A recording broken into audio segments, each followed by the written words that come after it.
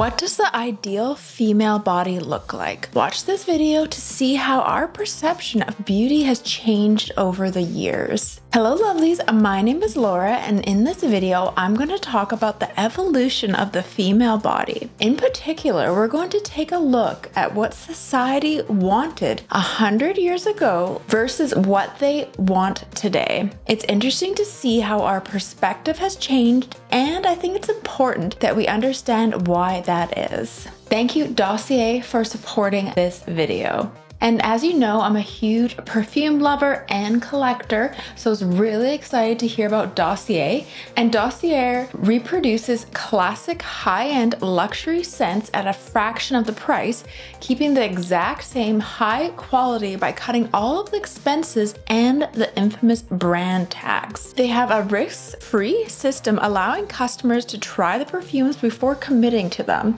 If they decide to return the scent, they offer a standard 30-day return period in which customers can return any unsealed 50 ml Dossier perfume and get a full refund, no questions asked. And this perfume is all about affordability. Any scent is $39, while designer scents range from $50 up to $280 retail. The perfumes I got, the first one was the Miss Dior Cherie from 2017, and the concentrated perfume of this one is around 200 or 170, and I love this one. It smells really nice, and it definitely smells like the original version. So I was excited by that because I really wanted to get that perfume, and it's been on my list.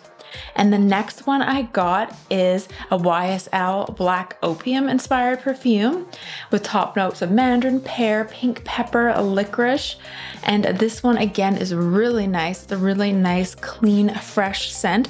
And I was really excited about the next one, and this one is a replica of the perfume Jazz Club, and this one has tobacco, vanilla, it has rum, dried fruit, lemon, pink pepper, and this one is such a nice perfume, and it definitely brings you back to like a 1920s jazz club. So I really like this one, and it's kind of unisex, and this one's very expensive. You can get it at Sephora, so I am excited about that one as well. And they also have free exchanges and returns. And you can also get bulk deals on their website up to 25% off and free shipping if you order 3+ bottles. They're also adding new scents to their collections, and they're always thrilled to take suggestions from customers for future releases. So if you're excited about getting your favorite perfume at a discounted price, make sure you use my 5% discount code link in my description box, and this is Laura Jane Atelier 5. And they also have a welcome offer, which is up to 20% off on the website, so you can get up to 30% off for your first order by using the discount code. So make sure you try out Dossier and let me know which perfumes you end up buying. I love the ones I got, and I'm really excited about them. All right, let's jump right back into the video. Year after year, the beauty standard shifts, and what was once considered fascinating is replaced by something else. In a pressure to conform to these ever-changing expectations of beauty, women chase unrealistic goals in an effort to resemble the likes of Kim Kardashian and other famous celebrities. But let's face it, it's near impossible. We're all genetically different, meaning it's simply a waste of mental energy trying to compete with an unattainable ideal. So why not focus on embracing yourself instead? You are unique, and that is something that nobody can take away from you, no matter how many years go by. It's a heartbreaking reality that we as a society have reduced women's bodies to nothing more than a fashion trend. This thought alone is distressing enough. It means our bodily worth is determined by what is deemed attractive or fashionable at any given moment. We manipulate ourselves just like we switch up the clothes in our wardrobes, completely disregarding the fact that our physicality and well-being should be respected. A woman's body isn't something to toy with for the sake of conformity or aesthetics. It deserves so much more than to be treated like an item of clothing which simply goes in and out of style. It is a truly disheartening situation when bodies are treated like clothes and trends, something to be changed and manipulated so drastically within such a short span of time. We must all ask ourselves, where has it come to that not even our own bodies can remain safe from the fashion industry? Unsurprisingly, this obsession over outward appearance is wreaking havoc on both people's health and metabolisms. Oftentimes, the results are irreversible. Physical transformations happen at an unnerving speed with negligible regard for societal values such as self-worth and mental well-being. Alarmingly, the youth of today face an immense amount of pressure to conform to unrealistic standards of beauty presented by society. For the sake of their health, mental and physical, we must work together to reject this nonsensical narrative. And I even remember this in the 2000s and even the 90s, so I feel like it's always been around, and we're going to talk about that in the video. We're constantly surrounded by images that depict success in various different forms. From unrealistic depictions of perfect body types and luxurious lifestyles to designer cars, it feels like the media is literally cramming these ideas of success down our throats with no end in sight. It's almost as if these standards for success change every day, becoming more unrealistic and extravagant as we strive for a perfection that may not even exist. Sadly, many of us have accepted this bombardment of seemingly unattainable goals as the definition of success. This question of why the idea of the ideal body is in a constant state of flux. It's no small affair. Lurking behind its constant change are two powerful industries and deep pockets. The fashion industry at a staggering 1.5 trillion and the beauty industry at an even more dramatic 532 billion. It's these two industries that have been manipulating the media to constantly present new ideas of the ideal body for decades now. This manipulation has been carried out through numerous different avenues, many of which have become more influential as technology has advanced. Today, social media influencers have become a major player in this game, and it's not uncommon for companies within these industries to pay large amounts of money to these influencers in order to shape what people consider to be beautiful and attractive. It's a never-ending cycle. 10 years later, another wave of damaging beauty standards will engulf our society. It's a ball that never stops rolling, an endlessly cycling machine, powered by the commodification of attractive female bodies. We've seen this before, and we know what will happen.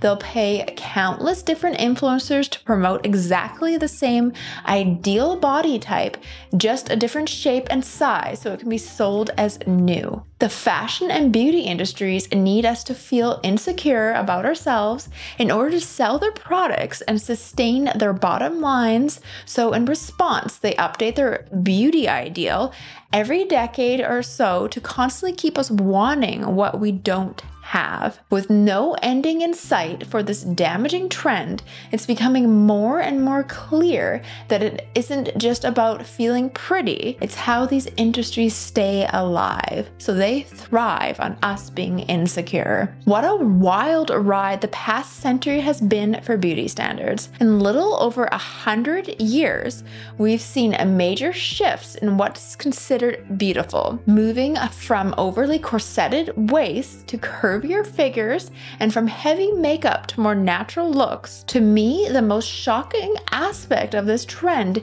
is not just the speed of change, but how drastically different one era's beauty ideal can be from the last. It's hard to imagine what beauty will look like in another 100 years. A truly thrilling thought. I'm actually terrified. I don't even know what to think about what beauty will be like 100 years from now. And let's get into the 1910s. At the start of the 20th century, an urgency swept through women like a wind that was unescapable. Breaking away from the narrow confines of gender roles they had been limited to until then, they rose in uncompromising pursuit of equality and freedom of expression. What began as individual sparks found groups who who shared their resolve and brightened into a resilient flame with the powerful emergence of the suffragette movement. No longer content to be held back by societal expectations, women arose as champions for their rights, determined to shake off centuries of oppression. Charles Dana Gibson sought to create his ideal woman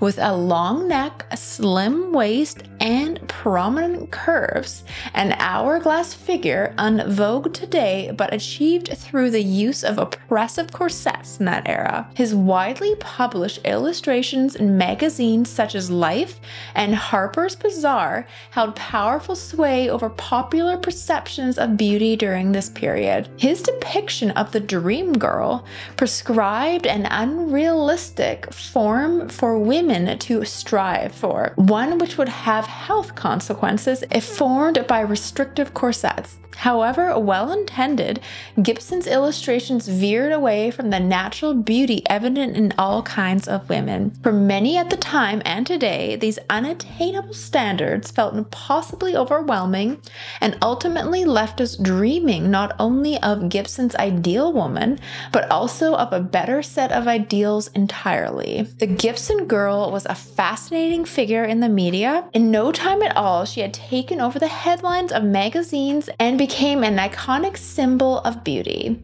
Women everywhere were intent on replicating her idealized look, eagerly searching for ways to attain her generally accepted attractiveness. With the attention that she had gained, nothing less than perfect was seen as good enough. The Gibson girl had single-handedly sparked an entirely new standard for beauty within society. And going into the 1920s, the curves of the 1910s Gibson girl barely had a chance to steal the show before they were quickly pushed aside. In a dramatic shift from femininity and elegance, the tall Gibson girl with her prominent waist, cinching corset was replaced by the much shorter flapper girl with a flat chest, narrowing hips, and an overall boyish figure. Never before had such an abrupt change in society's ideal body been seen, and it caused great jumps in fashion trends, emphasizing straight lines, simple cuts. The so-called Gibson girl look had gone out of vogue within no time at all, as the new trend swept over post-World War I cultures throughout America. In just 10 short years, the notion of an ideal body underwent a complete reversal. This serves as a stark and dramatic reminder of how fast beauty standards can change, leaving women with the often difficult task of persisting to fit in what societal norms that are constantly in flux. It's a never-ending cycle, and one that offers little hope for those searching for ways to love their own bodies. The idea of an ideal body is an ever-changing mirage, and its shifting sands reminds us yet of another challenge to face on our rocky path towards self-acceptance. With the ever-changing standards of beauty in our society, it is no surprise that disordered eating has become an epidemic. History has made it tragically clear that when thinness is categorized as an ideal, women will suffer. In 1997, researchers at the University of Wisconsin found that during the 1920s and 1980s, two periods which the ideal woman was the thinnest in American history, had the highest reported prevalence of eating disorders. This is a resounding example of how destructive our cultural messages surrounding body size can be, and serves to remind us how quickly these standards can become toxic. And moving into the 1930s, the era of the flapper girl with her uniquely stylish short swing dresses has come to an end, erased by the Great Depression. In its place came longer length skirts and a new ideal promoted by Hollywood's media machine. They described Dolores Del Rio as having the best figure in cinematic history, curvier than before and providing a more demure look. It was a new age, one far removed from the carefree attitude that encapsulated the flair of prior fashion trends. In essence, it was a style to reflect on difficult times. In an effort to promote the romantic look that was in style during the 30s, the magazine Life changed the beauty ideals of the time. To showcase this shift, they featured 20-year-old model June Cox as having their so-called ideal body, a smaller but curvier figure. This serves to highlight how influential the fashion industry and media can be when it comes to dictating what it is meant to be sexy and fashionable at any given moment. Of course, when businesses are looking for ways to make money, they'll choose whatever marketable trend clashes with societal standards, regardless of whether other factors take precedent. June Cox's legacy proved that message loud and clear that fashion has been deciding what's in style for women for decades. And moving into the 1940s. During the 1940s, the fashion industry continued to impose impossible beauty standards on women's bodies. But this time there was something else at play: World War II. As the whole nation turned its attention to defeating the Germans and restoring peace, the war effort meant that media images of a perfect female body took a backseat for several years. Through politics and society, women were encouraged to let go of their preoccupation with appearance in favor of more pressing matters, presumably in an effort to not distract from what truly mattered. The ideal female figure slowly changed during this decade, but the cost was high. With so many men fighting for freedom, the end result was a tragic reminder of the vulnerable lives lost in times of war. Katharine Hepburn and Lauren Bacall were two A-list Hollywood celebrities from an era that celebrated curves. However, the look of their time was more angular, and both women epitomized this style perfectly. Statuesque, slim silhouettes renowned for their undeniable elegance and classic allure. In spite of their fame at a time when depth and fullness was valued, Hepburn and Bacall still managed to capture the public's gaze with their unique figures that differed so greatly from the norm. The fashion industry was relentless in its pursuit of the so-called ideal body type by reinventing already existing garments and creating new ones. They almost entirely focused on making angular shapes that would help curvier women achieve an ultimate goal: a rectangular silhouette.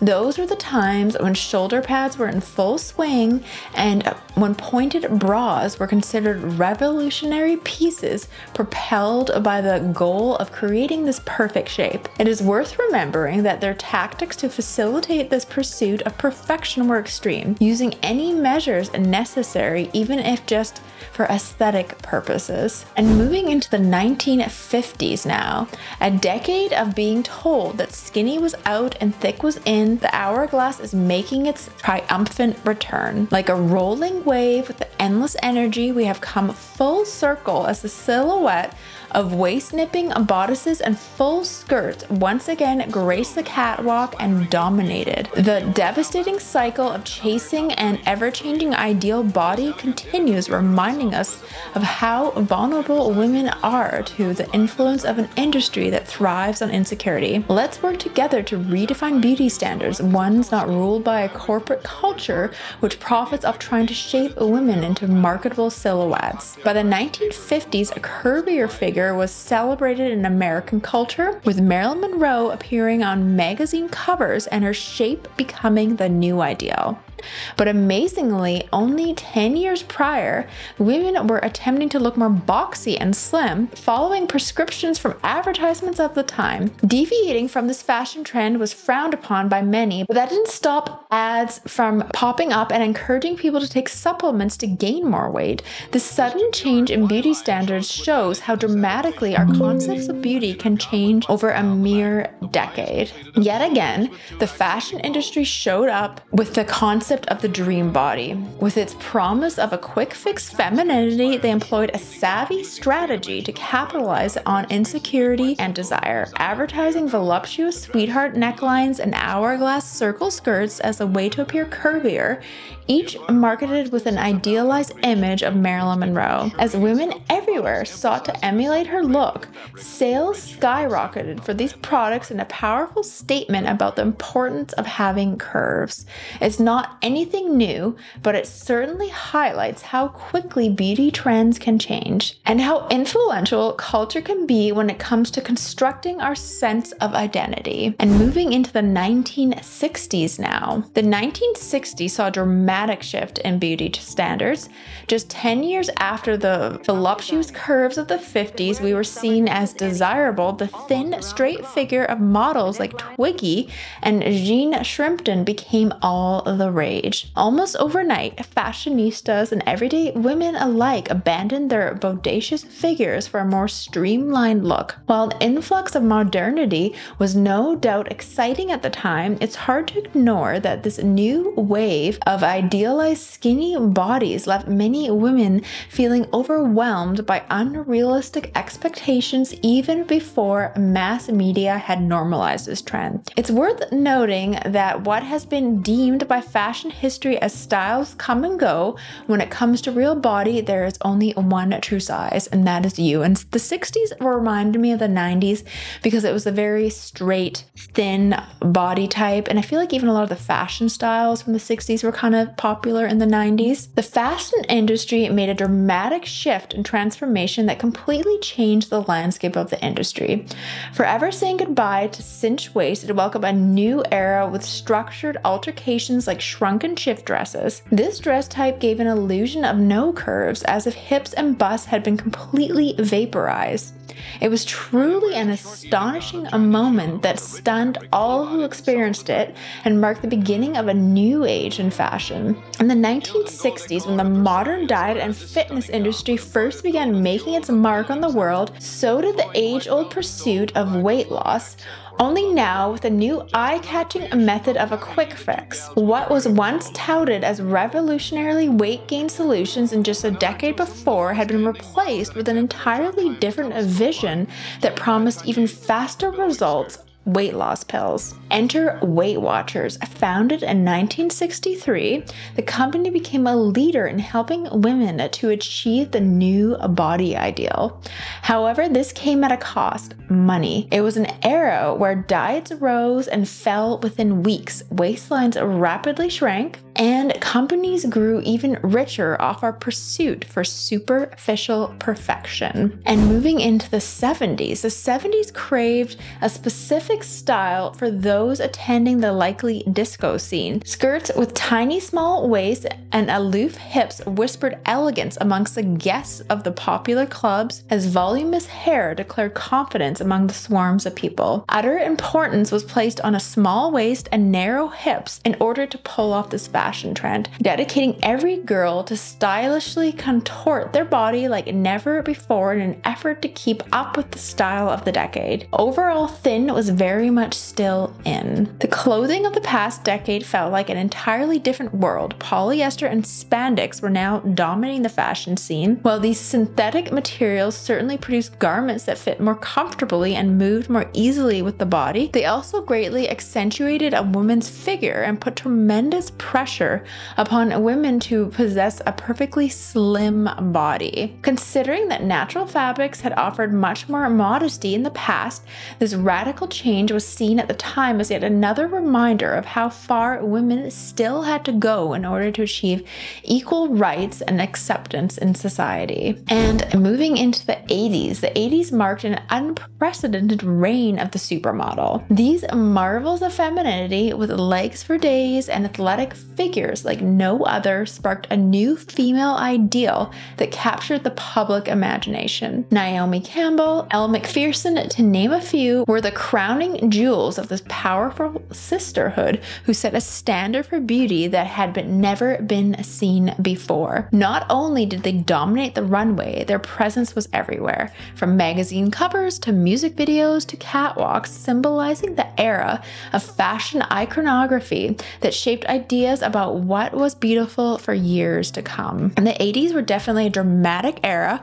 with the ideals of beauty quickly taking an unexpected sharp turn. Women's muscles became desirable for the first time, thanks to cultural phenomenon and fitness expert Jane Fonda, who popularized aerobic and jogging. Not only did the fashion industry benefit from this new body ideal by having a surge in sales of fitness clothing, but what truly cemented its mark on history was the sports bra going mainstream. Suddenly, everybody and their mother literally had their own sports bra hanging in their wardrobe. It was a seismic shift that shaped a nation. And moving into the 90s now, the 90s were a time of great change, not least of all in the world of fashion and modeling. Kate Moss captivated people's attention with her unique look, becoming known to many as the waif. Her petite body had a fragility that seemed unlike anything we've seen before, setting her apart from preceding models of the 80s who were typically way more athletic, as her pale skin, sunken cheeks, and limber frame became more widely known and admired. A concrete association was formed between Moss's look and the Seattle's grunge music scene.